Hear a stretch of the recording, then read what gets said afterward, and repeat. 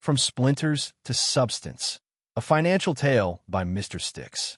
Shalom, my friends. I am Mr. Sticks. Yes, that kind of stick, wooden, grainy, occasionally used to poke campfires and point at uncomfortable truths. I come from humble origins. Once part of a tree, then part of the ground, then briefly part of a very confused dog's life. If that doesn't qualify me to talk about poverty and wealth, I don't know what does. I also happen to be Jewish and not the bagel and complain only kind, though I excel at both. I studied Kabbalah, the ancient wisdom that explains how the spiritual and material worlds are deeply entangled, like earbuds in your pocket. According to Kabbalah, money is not evil, holy, or magical. It is energy, directional energy, and like fire, it can warm your home or burn it down if you don't respect it. So let me tell you how one goes from poor to managed to positioned for wealth without losing one's soul, sense of humor, or shirt. Chapter 1. Poverty is not a moral failure. It's a starting point. Let's clear this up immediately. Being poor does not mean you're lazy, stupid, cursed, or unloved by the universe. In Kabbalah, poverty is often described as constricted light. The flow exists, but the vessel is too small, cracked, or pointed in the wrong direction. You're not broken, your container is. When I was just a stick on the forest floor, I had no agency. Rain decided my mood. Ants ran my calendar. That's poverty, not lack of effort, lack of control. Financial poverty usually looks like money leaves faster than it arrives. Decisions are reactive, not intentional. Stress eats bandwidth. Every problem feels urgent. And here's the sneaky part. Poverty trains your nervous system. It teaches you to grab, rush, fear, and short-term think. You're not bad with money. You've been trained under siege. Kabbalah says the first step is not earning more. It's expanding consciousness, which is fancy talk for slow down, stop panicking, and look honestly at your situation without shame. Shame shrinks the vessel. Awareness expands it. Chapter 2. You cannot manage what you are afraid to look at.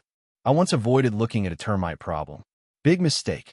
Very crunchy consequences. Same with money. Most people don't manage finances. They avoid them. Bills unopened. Bank apps unchecked. Vague optimism mixed with dread. This is not spirituality. This is ostrich behavior. In Kabbalah, light only flows where there is clarity. So step 1 of self-management is radical honesty.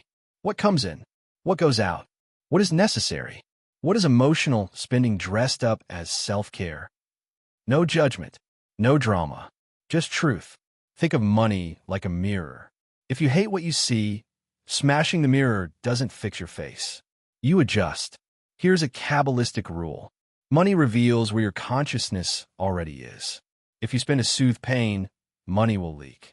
If you spend to build structure, money will stay. Budgeting, by the way, is not punishment.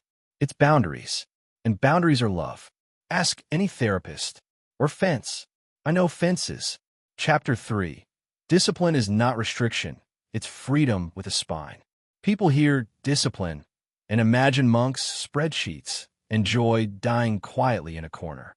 But discipline, in Kabbalah, is called gevura, strength, restraint, form. Without it, kindness, chesed becomes chaos. Too much giving without structure leads to burnout, debt, and lending money to your cousin who still hasn't paid you back. You know which cousin? Managing yourself financially means paying yourself first, yes, even if it's $10. Creating systems so decisions don't drain willpower. Saying, not now, more often than why not. I once tried to be an open, flowy stick. That's how I ended up as driftwood. Structure gives flow direction. Chapter 4. Identity upgrade. You must become the kind of person who holds wealth. Here's the mystical part people skip because it's uncomfortable. Money does not arrive before identity. It arrives after. If you secretly believe, rich people are greedy, money corrupts, I'll probably mess it up. Congratulations, you've told the universe exactly how much to send you. Not much. Kabbalah teaches that the outer world mirrors the inner one. If your self-image is small, money will respect that boundary. So ask, Who am I when I'm responsible? Who am I when I plan long-term? Who am I when I delay gratification? Wealth is not something you chase. It's something that recognizes itself in you.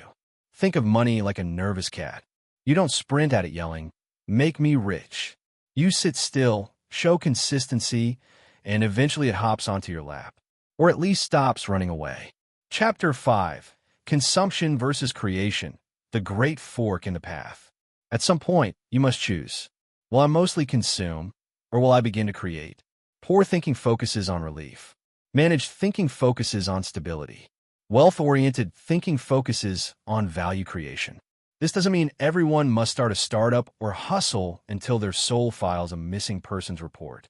Creation can be skills, businesses, investments, systems, knowledge, leadership, teaching others. Kabbalah says wealth flows to those who increase light in the world. Solve problems, reduce friction, make life easier, better, clearer. Money is a receipt that says, "Thank you for contributing." Chapter 6. Time is the real currency. Money is just its shadow. Let me say this slowly, as I'm a stick and time matters. If you trade all your time for money, you will always feel behind. The wealthy think in decades, not pay periods. They ask, what compounds? What scales? What grows while I sleep? Poor thinking asks, how do I get through this month? Managed thinking asks, how do I stabilize this year? While thinking asks, who am I becoming over 10 years?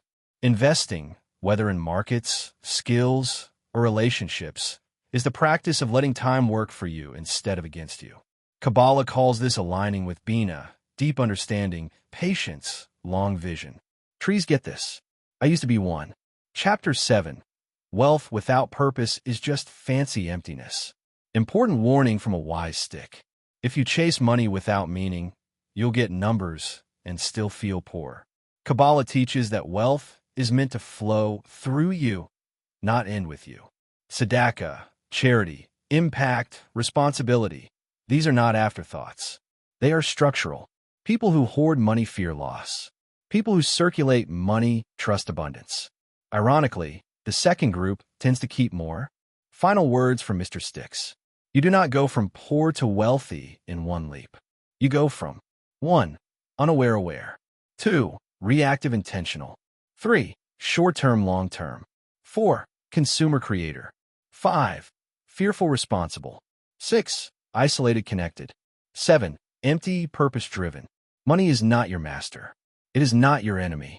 It is a tool that responds to who you are being. And remember, if a wooden stick with splinters, a Jewish background, and a deep appreciation for mystical diagrams can understand this, you're doing just fine. Now go. Manage yourself. Expand your vessel. And please don't use me to poke strangers. Yours truly, Mr. Sticks. Please remember to hit like and subscribe.